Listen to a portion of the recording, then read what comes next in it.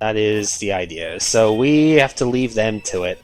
And now is when we bring in the secondary team here. So let's go ahead and swap out to our second set, because this is what I'm thinking we're going to want for the final battle stuff here. I am hoping it's going to be good enough. I'm still a little nervous about it, I'll be honest, but I'm hoping it's going to be enough and we don't lose most of them to it, because I think human presence detected. Oh dear. I do think there is the potential that we lose a couple of mons here, but I'm really hoping we don't, because I would like to keep most of these for the Blueberry Academy stuff. There's a few fights in particular that I think Mousehold would be a good example one for. Deactivating sleep mode. Fair dues, Professor Man. Fair dues. But deactivating sleep mode, huh? Hello, bucko. Now, back to your ball. Alright. That's him told. That one is far less tractable and far more aggressive than the one you've travelled with. Yep. It certainly did. That makes a lot of sense, because it does not like being around with a bit there. I am not the true Professor Turo. And who are you? An AI. Yep, there's the blinky eyes. An AI the Professor created, imbued with his memories and knowledge. A real Professor passed away during an instant that destroyed Research Station 4. Yep. Passed away? That's quite a revelation, isn't it? Pokemon was not to be blamed. It was the original Professor who failed to accurately judge its full power. Uh-huh. Yeah, so the two Miraidon had a power struggle in the middle of the Research Station 4, and Turo got killed for it. Or Sada, for the Koraidon, based on whichever one you're thinking in that way. Yeah, never more than an AI, huh? He's gonna come to his, because I have one last thing to do here at the Zero Lab, and I desire your help. He wants to stop the time machine. Because, well, we'll find out as we go. Basically. So there is one neat little item down here. If you have picked up any of the future or past Pokemon as you've gone down, you will be able to use the booster energy capsule in order to give it a power boost. You can find them rarely from the wild Pokemon as a whole, like the future or past Paradox Mons, so don't worry too much if it gets consumed during this. I don't remember if it does or not, but if it does, you can always get more. They're just a relatively low percent to figure that. So we have to ask all three of these questions. Basically, yeah, an AI lets it draw the original knowledge and memories to calculate all the thoughts and actions. So he's self-aware about it, but he's effectively Turo, right? He's got a mechanical body, and he's aware that he's not the original, but he thinks and acts very, very much like the original. But yeah, remember how he said that the Terastalization, the crystals were the crystals powered machinery and stuff as well? That's the reason he has to be down here. Yeah, and effectively, yeah, there's the original Turo died. But don't mourn for him too much, because the original Turo wasn't all that it was cracked up to be, basically. Yeah, so the time machine is bringing in more future Pokemon, and it's what is it you really want? Yeah, the future Pokemon might live alongside present day ones. Unfortunately, they are, yeah, very much not compatible with this timeline. And their power might destroy everything. It's invasive species stuff, right? Pokemon has actually dabbled a little bit in that before. I think Yungoos is a good example from Gen 7. It was actually an invasive species thing. Yeah, Pokemon that can break the barrier thing in like that. We've already defeated it before, but imagine if more of them will think that it'll eventually they'll break out proper. I mean, Iron Jugulus you would think could just fly out, right? So Yeah, basically, it'll destroy the present. I cannot seem to find the logic in allowing such a tragedy to occur, indeed. Yep. The greatest AI the original professor ever devised has to be overcome in order for us to win out. So basically, yeah, we have to win the fight that's upcoming. But to do that, we have to defeat the AI. And their future Pokemon, which we have not actually technically seen before in terms of the story stuff. There are a few of them that we will have obviously seen here, but not all of them. Also, this place is an absolute murder on the bitrate. I am going to be very curious to see how this is going to turn out as far as the video goes. So yeah, here's the time machine bit, and there's the place for the Violet book. Once we put the book in, everything's gonna kick off. I think this is what I'm gonna go with. I'm kind of like, I want Talonflame in the party as well, but I don't really know who to take out. I just want Talonflame as like an emergency button for finishing the fight. But I think it should be okay. So we're going to go with what we have. We have to speak to him first, okay? Stop the time machine, you need Professor's ID, which has been embedded within the Violet book, apparently, okay? So, he loved that volume since childhood. Fair enough. So we can hopefully stop the machine by, using his ID and, like, manual override, right? Yeah, it won't be through malicious means, but he is the last line of defense, right? That's the thing. No more than a battle machine, bound to defeat anyone identified as an obstacle by my code. Built upon analysis, battles carried out for the various champions. So he's like, I'm the Giga champion. You might have beaten the top champion, but I'm the Omega. He thinks we can win, though. So, yeah. Let's see how it goes. We will save beforehand. We'll commit to it now. And let's do this. This is definitely the toughest fight in the game. At least for the base game. And I really don't know how well it's going to go. I have the idea to do this. Access denied. Yep. I have an inkling as to how well this should go, but we will see. AI Turo switching to sleep mode. Offensive protocols! Behold my giant tower of strange-looking black crystal-y things. Yeah, we'll do our best, buddy. So the time machine is going to bring in his Pokemon here. Luckily, we don't have to fight Miraidon initially. So, yeah, my dream is within reach. Yeah, and you're not getting in the way. Yeah. Let's just see how it goes. I really like the music for this fight as well, I'll be honest. Yeah, so setting up is very difficult during this fight because there's just a very large diversity of Pokemon that we have to go against, and they all have coverage moves and stuff as well.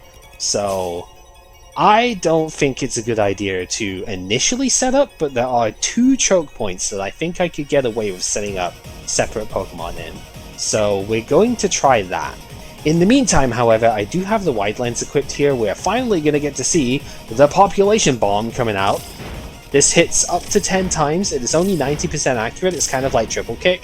But with Technician as well, this guy is an absolute menace. So we can easily take out the first Pokemon here. Unfortunately, being in the future, we have Iron Hands as one of the Pokemon to deal with here. And this thing is far too strong in terms of physical defense and HP to deal with Mousehold.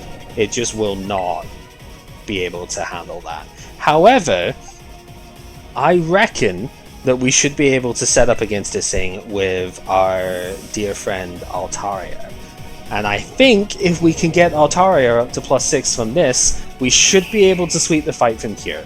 Altaria was not going to come to this fight, but this was where the Talonflame was before, to act as an oh crap button for finishing the fight off. But I reckon, because we should be able to set it up against this, that it will be okay.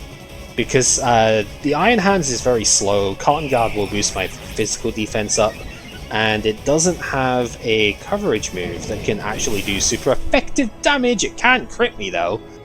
Goodness sake. Yeah, that certainly hurt. So that crit did about 100 and... yeah, it did about the amount of damage that I have left here at the moment. So, with crits bypassing defense would have been 2.5 times, and the crit itself is also 1.5. I think the substitute can survive Thunder Punch. I want to set the substitute up before going too far into this, because I don't want it to paralyze me on that 10% chance. So, with any luck, this will hold.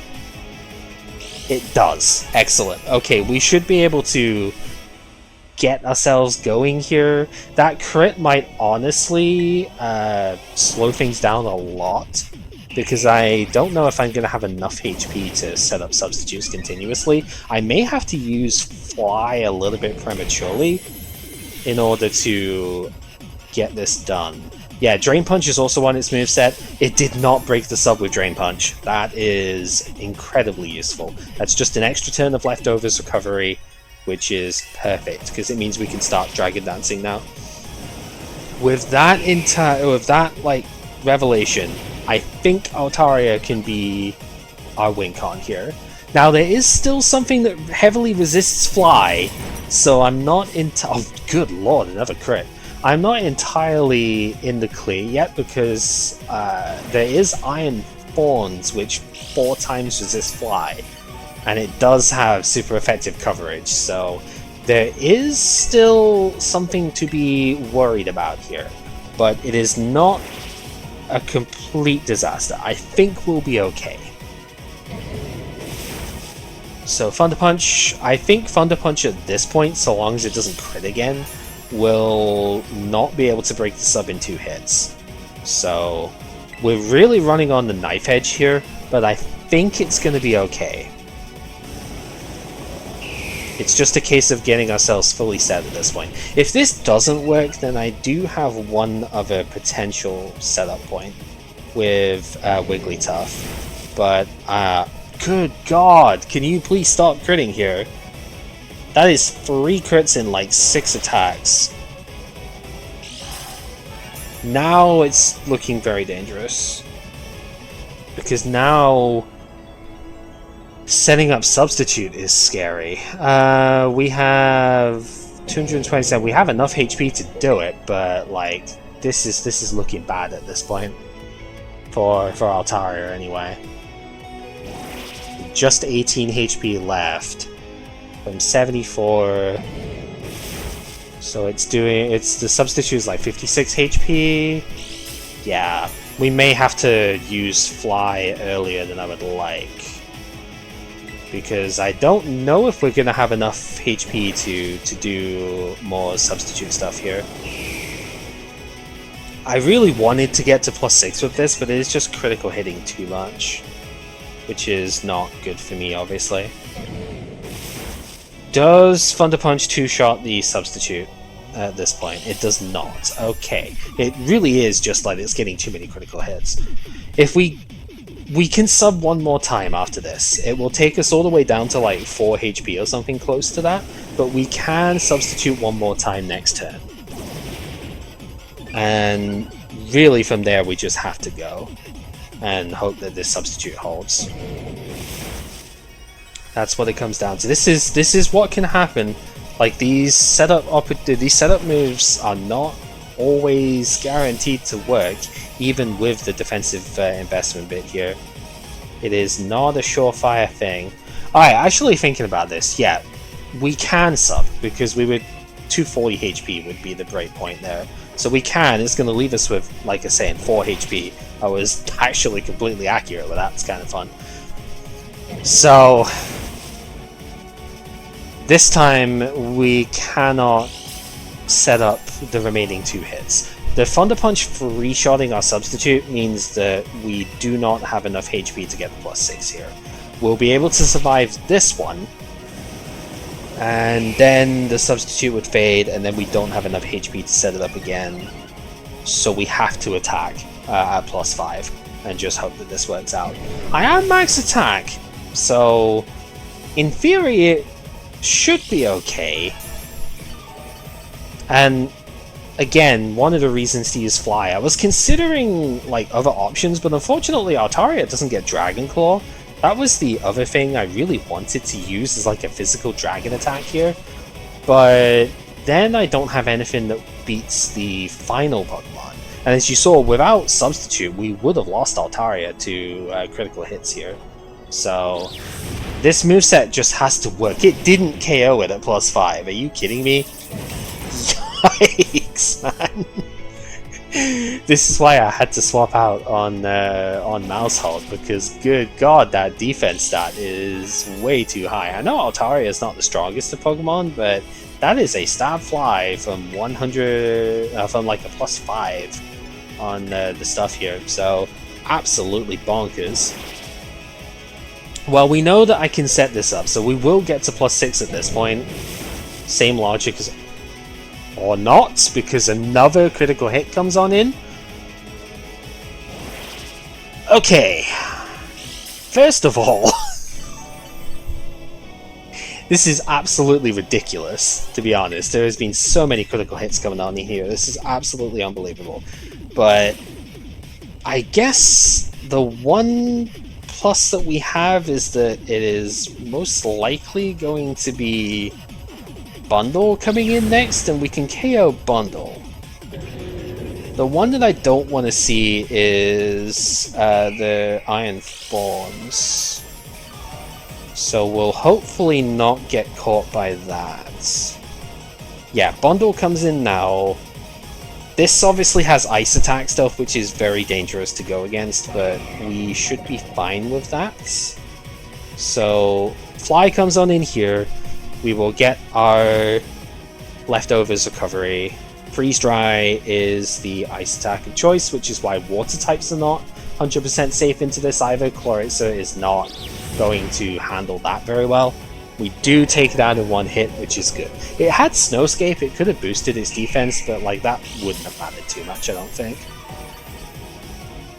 So now we are sitting at a reasonable amount of HP, but Iron Thorns 4 times resists the Fly here. So this is definitely not one yet. Just thinking, is there any reasonable switch out? So Iron Bundle was my other setup opportunity. That was going to be Wigglytuff's time to shine. Obviously, I do have the army over here, to the Donphan, to deal with this, if need be. But I don't particularly want to go in that way. The worry is that Stone Edge gets a critical hit. I think we substitute here, and we play around that as much as we can. Stone Edge does have a high crit rate, so it is definitely possible, but I think if it doesn't get a crit, which it does not, because we're at +6, it doesn't break the sub. From here, we should be okay because of Fly being a 2-turn move.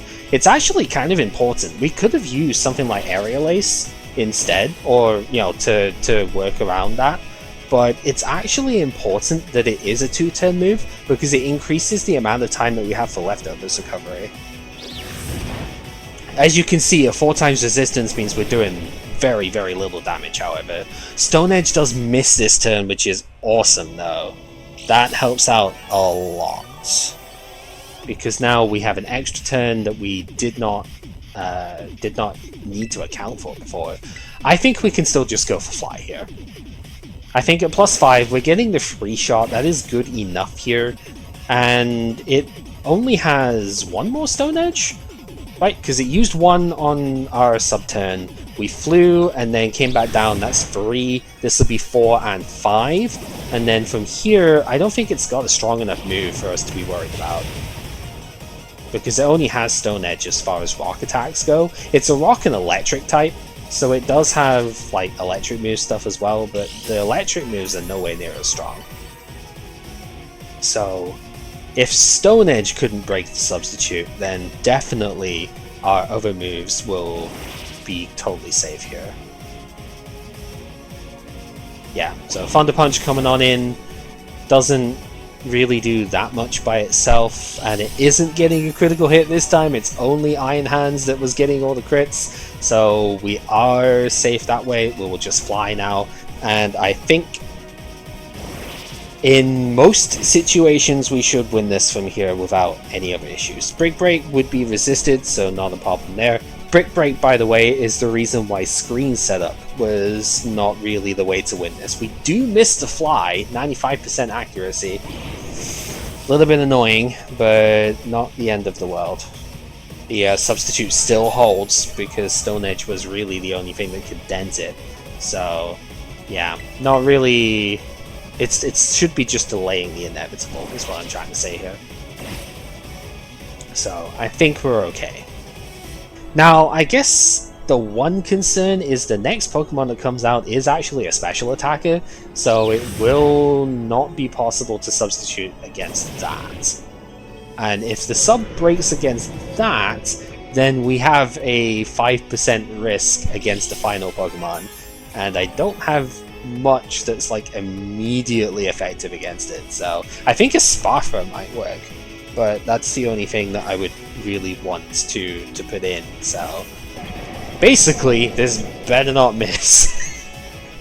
We can fly though, and we still have a lot of health here, which is fine. So like I think again it should be okay. Dark Pulse would do quite a bit of damage if it actually gets to connect, but it would break a sub is the thing I'd be worried about. But luckily, that is not what happened here, so we can just keep going, which is good. And you can see we are well over the level cap at this point. It's just how much experience is in this fight, right? But who cares? Everything is proceeding within my expectations. Probability of winning is 0. I disagree. So the last Pokemon is either Iron Valiant or Roaring Moon, depending on which version you're playing, and it has a booster energy to increase the power of it. It will boost its attack stat for both of them. When you boost the attack stat, it is by 30%, it is not a choice boost. Or basically, if you boost anything that isn't speed. Speed gets a 50% boost for some reason. I don't entirely know why that was the exception, but whatever. And yeah, we get to just win with the fly here. Very scary because of all the crits, but we still managed to pull through. Do you actually understand future Pokemon's weaknesses? I do, I just wish I could have exploited them a bit more. I do think Mousehole would have been very good against a lot of the Pokemon here, but specifically Iron like Thorns and Hands were too much for it to handle. So I couldn't just keep it in against everything because of the typing and the ridiculous defense that's on Iron Hands. You saw that even +5 fly didn't kill it. It's ridiculous. Anywho, we have defeated the Professor, even though he was supposed to be invincible. Everyone else finally makes it down. They managed to deal with their part here. So yeah, we get there. What is this? Did we already beat them? Yeah, kind of. Right, out with it, you. Who are you? Who are you indeed? Thank you for everything. That machine has finally been stopped. Nope. Oh, look how big you've grown. So proud of you, mate. He does have the original Professor's thoughts and stuff after all, so even though he's not actually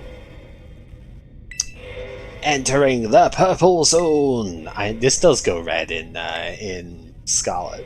Yeah, another army of Pokemon. Good question. An obstacle is preventing the time machine from performing as intended. This actually doesn't get skipped if you have cutscene skip on, so the Paradise Protection Protocol, huh? You really would benefit from having cutscene stuff going on, like voice acting in this cutscene here. But yeah, can't use your Pokeballs anymore. Gathering Terastal energy, huh?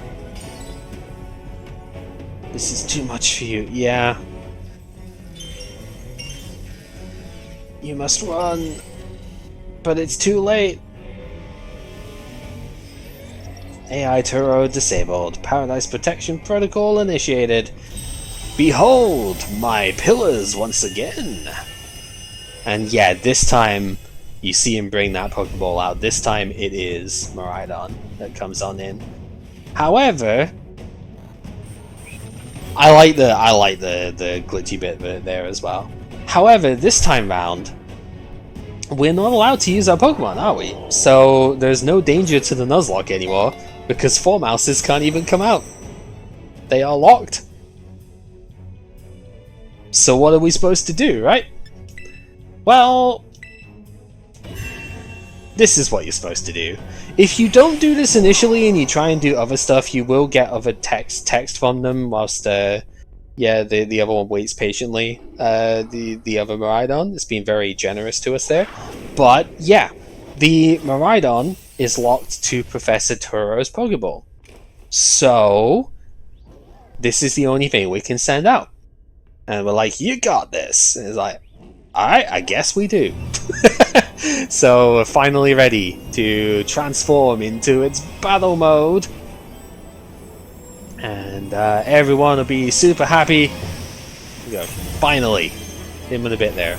So yeah, it is possible to do this on the first turn, even if you don't realize it. It's a bit of a weird thing for it. Because it's like, you can't go into your bag for it, because, yeah, Miraidon's Pokeball is in there, but it's like, that's not where you swap it in from. It's a very strange setup.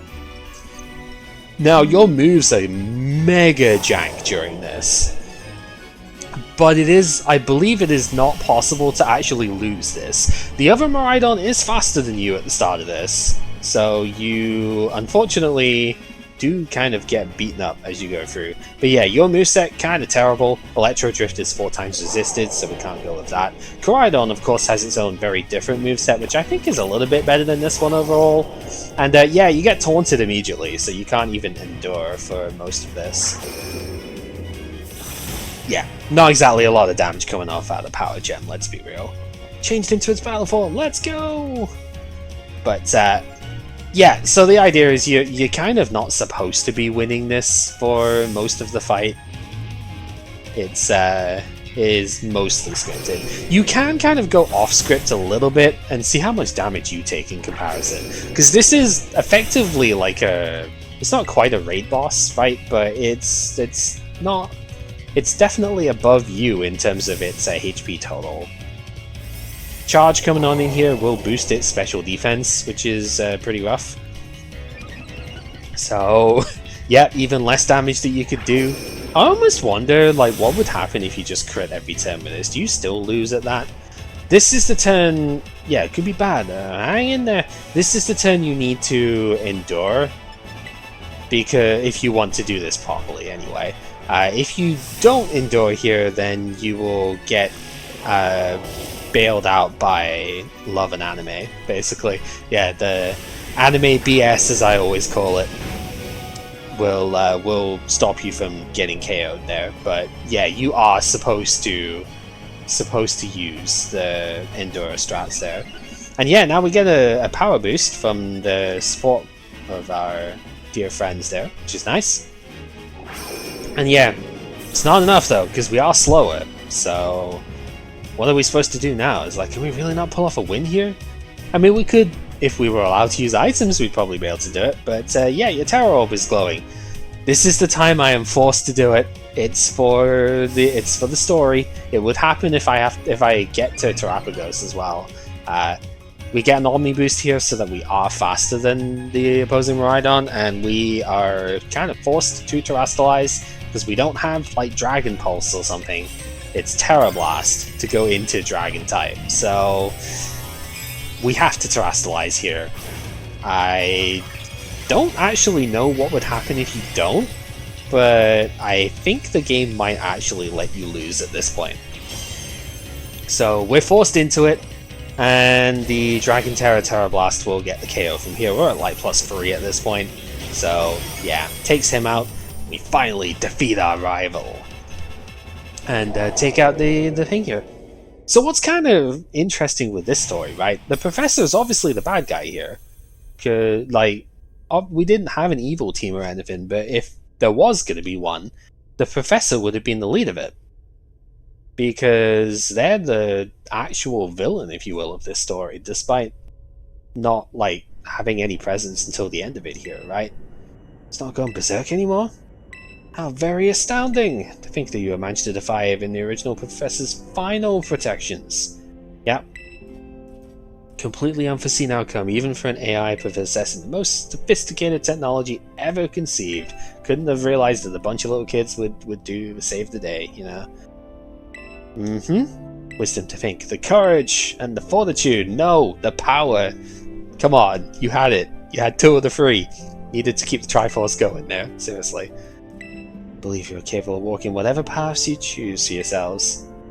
Heck yeah. Time machine cannot be put to a complete stop as long as you're here. Oh no. Yeah. RIP. What does that mean? It means that you're gonna have to go away. You know, let's watch the fella's sense of jealousy. Dude, how long have you been spying on everyone? Jeez. Envied your freedom. You came together to, yep. Sought strength to better yourselves, throwing all you are into battles. Face down even the greatest enemies to save that which you loved. Yep. Never cease to seek or fight for a treasure all your own. And to keep Miraidon safe. Yes. The way you soared free and the very... Yeah! Miraidon's like, what about me? You said nice things about everybody else. Free to seek out that retirement treasure above all else.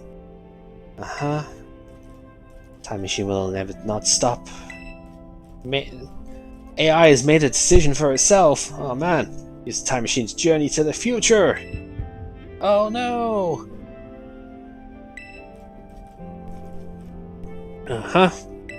Cannot deny my desire to see the future. Yeah.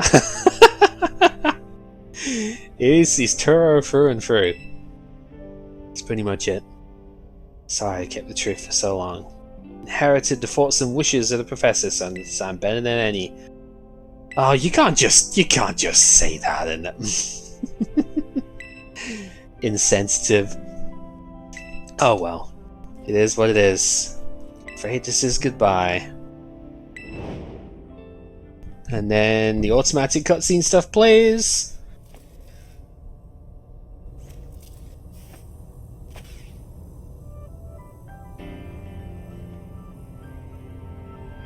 This isn't something that I have any hand in, and it is also something that I believe plays even if you have skipped cutscenes on. So, yeah. The Professor steals the book and just like, peace! Which is fine. I mean, if that's what it takes to make sure that stuff does not like keep flooding into the present. That's what it has to be. Unfortunately for him, it doesn't really work out very well because you kind of just you kind of can still catch all the paradox mons, right? So clearly it didn't stop everything. Yeah, I mean, so remember when he said like the email stopped a couple of years ago? Yeah, he knew that thing was fake, but it said my name using his voice and wearing his face.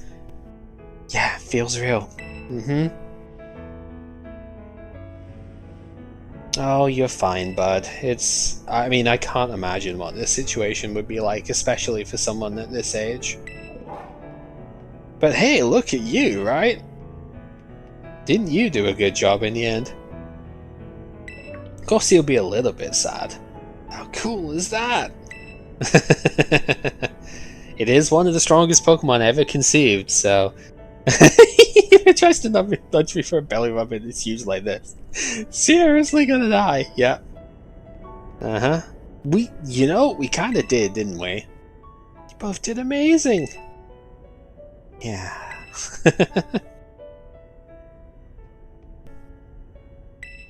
He's fine having a real fun adventure of his own. Wouldn't it be so ironic if he just like he got to the future and because he's no longer in the lab and no longer fueled by the Terastal energy here, he just like kind of shut down immediately as soon as he got there? Like, is that bad of me to say? Especially for Sada going to the past, I think is it would definitely be a problem for that. Let's go home. Yeah, let's go. And so now, I think this goes by itself at this point. There is another cutscene to play. It's taking a while to load though, which is surprising for being on the Switch 2.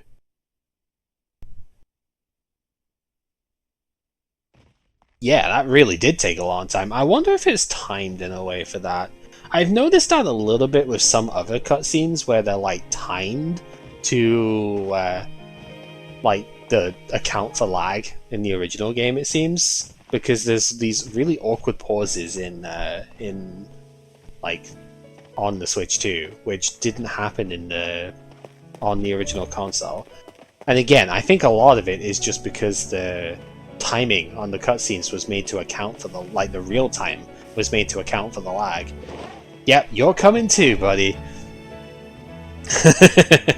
More adventure time. That's the goal anyway. So gotta have some fun before we head back proper, right? So, yay. Now this is the other awkward bit where I have to mute stuff because of a real song. So yeah, hopefully I will remember, I will put something else on. I'll find something that times out well with this. Yeah, this is a genuine licensed song that plays at the end of this, and I don't exactly know why they went for that because it doesn't really fit very well. I don't hate the song or anything, but I just don't know why they went for it. Anyway, Scarlet Violet as a whole, this is probably the best worst game that I have ever played, I want to say. I don't love everything about this, obviously, and especially on repeat playthroughs there are some parts that just drag. That's the same for all Pokemon games, by the way, even the ones that people revere the most, like Heart Gold, still happens. But these games, to me, are like one of, I don't know, it's hard to say. I am an absolute massive proponent of like exploration stuff. I will go anywhere that looks interesting in game stuff. I just like having lots of places to explore, lots of things to do within them and whatnot. I don't think this game quite fills that the same way that, say, Breath of the Wild does, but it's a huge help to have like a bunch of different Pokemon appear in all sorts of fun places, and especially on the Switch 2 when it actually runs properly. It feels really nice to be able to just like spend time in a world like this. However, that was the best part. The worst part, obviously, as everyone is beaten to death already, is the performance side of things. And this game exists in an unforgivable state on the Switch 1. I won't even say launched in, because it never really got better. This game exists in an unforgivable state. If it wasn't for the way that the Switch 2 improved things, and also how, you know, like, I know, because Champions is going to be separate as a thing. I could have worked without getting new games that way. This game almost broke my confidence in Pokemon as a whole. Because I can put up with a lot of things in games, but running poorly is not one of them. Running this poorly is not one of them. It is unbelievable how badly this game plays on the original console. If it wasn't for this free patch for Switch 2, like, I don't know if I would have been confident that Legends EA would be a playable game. I think that's completely reasonable to think, but because of this, it's like, well, this is why I got the Switch 2. It's like I will be getting the Switch 2 version of Legends EA later on, and I reckon it's gonna actually be very enjoyable as far as the games go. I'm excited to see that Champions is the evolution for competitive, by the way, because that is going to make things very nice to play in the future, since we won't have to worry so much about, you know, going through these games, getting all the resources this way. Pokemon Home connectivity is going to help a lot that way, to be able to use all the stuff that we've built up in these games as well. And I think it should be a really fun time, to be honest. Which is good, because this entire year has been miserable as far as the regulation stuff goes for me. I do not like restricted formats whatsoever, so I have not played any competitive Pokemon this year. And I'm looking forward to playing the Mega stuff that's going to start our next game. Yeah, I don't know. I really do love this game for being able to, you know, like being that exploration step. Legends Arceus was a really good showcase of what could potentially happen with more like open area Pokemon, and I do think this game did take a bunch of stuff and made it go in a good direction. But it lost a lot of stuff too. Like, I haven't even really mentioned the main thing for it, is that it lost a lot of the interiors, a lot of the puzzle-based stuff and whatnot as well. Like, Pokemon, it effectively lost all of, like, the dungeon aspects of Pokemon, if you will. And as nice as the places were to explore, there really wasn't a lot to do in a ton of them. It's weird, right? It's like you get all these interesting places, and there's a bunch of like the cave structures and stuff. Oh, also, yeah, Carmine is like gonna interrupt the stuff here because we've done all the rest of the story bits. This is our next location, to be honest, is to speak with that. Got picked to the exchange program. So because we caught we did the class and stuff, got the Alolan Executor, etc. So yeah, totally come show your face. It's been too long already. Ha ha ha. Been to Terrarium. Yep, it's in the central bit. We can go there. Don't keep me waiting if you know what's good for you. Shut up. I'll keep you waiting as long as I want. We've got other stuff to say in the director's office first. So nuts to you, basically. Yeah, I didn't even mention with the stuff, you know, during the credits there. I think the biggest thing this game lost is any semblance of like RPG-ness to it, if that makes any sort of sense. It's really weird, right? But you know how the biggest complaint in Breath of the Wild was the lack of like traditional dungeons and whatnot, and the fact that there weren't any, like, the Divine Beasts were not good replacements for dungeons, right? I have the same complaint for this game, but with the, like, cave systems and stuff, right?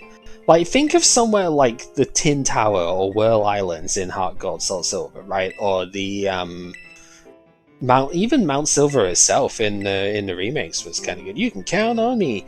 But, like, think of, in the original games, like, even something as simple as Mount Moon or Victory Road, right? Victory Road in most games has pretty high density of like puzzle stuff for it, and I don't expect that a game like this would be able to do, say, waterfall puzzles and stuff, but we did have Miraidon abilities. There was the potential to have like dungeony areas gated off by, say, needing to climb, etc., that we just wouldn't be able to do immediately. Now, the Terrarium kind of did that a little bit, but the Terrarium is also post-game focused, so you're expected to have all the abilities, and it also didn't level scale. That's my second big complaint with this. Anyway, classic Nimona. Yeah, so the whole thing is we'll be doing like a battle contest thing going on with it here. Please understand, a large-scale event will be beyond us. And then, we have an interrupter. Geeta's like, that sounds like a brilliant idea. So, We can lend a hand. Heck yeah. Most kind offer indeed. So this would be your post-game before the DLC. Huh. A former gym leader, the developer of the Pokédex app, we have loads of skilled trainers here as well, so it's like everyone should participate, students and staff. Be great. So, is that even allowed? Of course! Ashley, she's chairwoman of the school board as well as the Pokemon League. Yep. Gladly take us, but unless we can free up some time. Yep. Where should I start?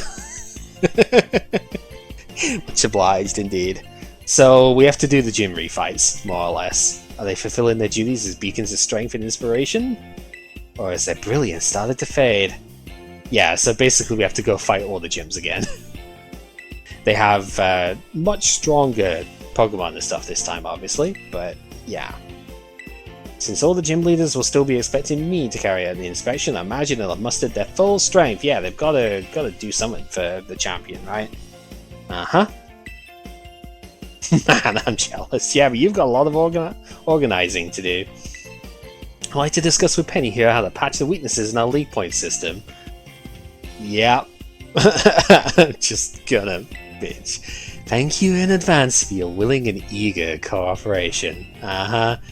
You kinda have to get on with it, because otherwise, like, you've caused a lot of trouble beforehand. This is your recompense, Penny, you know. Jonathan especially being his boss so he could join the tournament. Sure. Take care of filling out the forms in the admins, blah blah blah blah blah. Excellent. So what's Arvin gonna do in all of this, huh? I mean, he's got to catch up on his studies, as was said before. I mean, I guess you could also be the guy who, like, prepares all the food and stuff. But, yeah. So, if you want to continue doing things in Paldea, then your next bet is to do all the gym stuff. There is a separate, like, level cap and whatnot for them that you could go for. But mostly that doesn't really matter. The Academy Aces tournament does cap out at level 70. And yeah, you can... Now we could use Miraidon as an actual Battlemon as well. But if we use it as a Battlemon, we can't use it as a Rhydemon, so who cares? Yeah, we would actually be over-leveled this way for it, so... That doesn't matter though, because we're not doing any of that, because there's no point. The next thing we gotta do is Blueberry stuff. Now, I don't know exactly how that's gonna go. It's gonna be very different because of the doubles emphasis. So I'm gonna have to take some time to prep for stuff that way, but I think it's gonna be interesting if nothing else. We'll see how possible it's gonna be to do the stuff in here. One thing I do need to do, again, for Drayton's challenge is I need to go and catch a bunch of the Pokemon that I have picked up from the Academy stuff here, right? Because I need to be able to have native Pokemon from this region to do his challenge stuff. But luckily, we have actually picked up a fair few by the end of this. Talonflame is in there, the Venomoth is in there, the Executor obviously is one we could catch, the Tentacool is from there, and the Altaria is possible, and also, of course, the Electabuzz can finally come in here. It is level 71. Our new level cap starts at 73. And then the gym challenge stuff, I think it's 73 anyway. And then the gym challenge stuff is 79 to 80. So we can actually start using this now. One problem, of course, is that the gym stuff is all the same level, and then the champion is only one level higher than that. So I think we're going to have to go into some of these fights under-leveled, and they're already kind of difficult to maintain your full team on as is, so we'll see. Yeah, don't be too surprised if it takes a little bit longer for the next part to come out, but I think given the length of this, definitely going to be splitting this into 2 parts anyway, so maybe by the time that's done, I'll have been prepared enough I can actually record a new thing. We shall see. Big changes coming up as far as the team stuff goes though. Until then, thank you very much for watching. This has been GamerCal. playing Pokemon Violet, completing the main storyline in our Wonderlocke here. Next time round, well, let's see how many of these Pokemon survive going into the Blueberry Academy. Till then, take care.